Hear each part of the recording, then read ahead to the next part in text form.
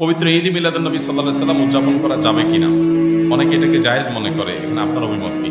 দেখুন, আমি অভিমত না দিয়ে কয়েকটা প্রশ্ন রাখব। এক নম্বর প্রশ্ন হলো, নবী করিম সাল্লাল্লাহু আলাইহি সাল্লামের যেদিন জন্ম হয়েছে, মিলাদুন নবী মানে হলো নবী সাল্লাল্লাহু আলাইহি সাল্লামের জন্ম, এটাকে কেন্দ্র করে উদযাপন, আনন্দ ইত্যাদি।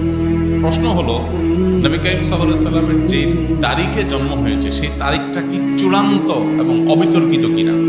আপনি যদি অনুসন্ধান করেন, আপনি দেখতে পাবেন যে নবী সাল্লাল্লাহু আলাইহি সাল্লামের জন্মের এক্সাক্ট তারিখ নিয়ে ইতিহাসবিদদের মধ্যে নানা রকমের মত আছে। তাহলে কিভাবে আপনি চূড়ান্তভাবে একটা দিনকেই নিশ্চিত করে ধরে সেদিনকে আপনি উদযাপনে যেতে? নাম্বার 2, নবী করিম সাল্লাল্লাহু আলাইহি সাল্লামের জন্মের তারিখটাকে তিনি নিজে উদযাপন করেছেন কিনা প্রতি বছর, এটা আপনি একটু জানার চেষ্টা করেন।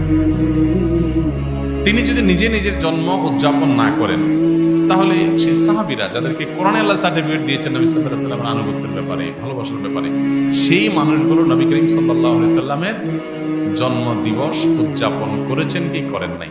আপনি এই বিষয়ে একটু খোঁজ নেন, তথ্যপত্রগুলো ভেরিফিকেশন করেন, যাচাই করেন। তৃতীয়ত হলো যে জন্ম দিবস উদযাপনের এই কালচার কোত্থেকে আসছে, আপনি এটাও জানার চেষ্টা করেন। আপনি যদি এটা নিরপেক্ষভাবে এটা শুরু কোত্থেকে আসে দেখেন, আপনি দেখবেন এটা অগ্নি পূজক, প্রকৃতি পূজারী, তাদের কাছ থেকে আসছে। নবী করিম সাল্লাল্লাহু আলাইহি সাল্লামের মিলাদুন নবী পালন করবেন কি করবেন না, উদযাপন করবেন কি করবেন না, সেই প্রশ্নের উত্তর আপনি পেয়ে যাবেন যদি আমার এই 3টা প্রশ্নের উত্তর আপনি নিজে অনুসন্ধান করে জানার চেষ্টা করেন। আল্লাহ আমাকে, আপনাকে, আমাদের সবাইকে হেদায়েত এবং সত্যিকারের যে সঠিক পথ, সেটা আল্লাহ আমাদের সবাইকে আল্লাহ তাআলা দান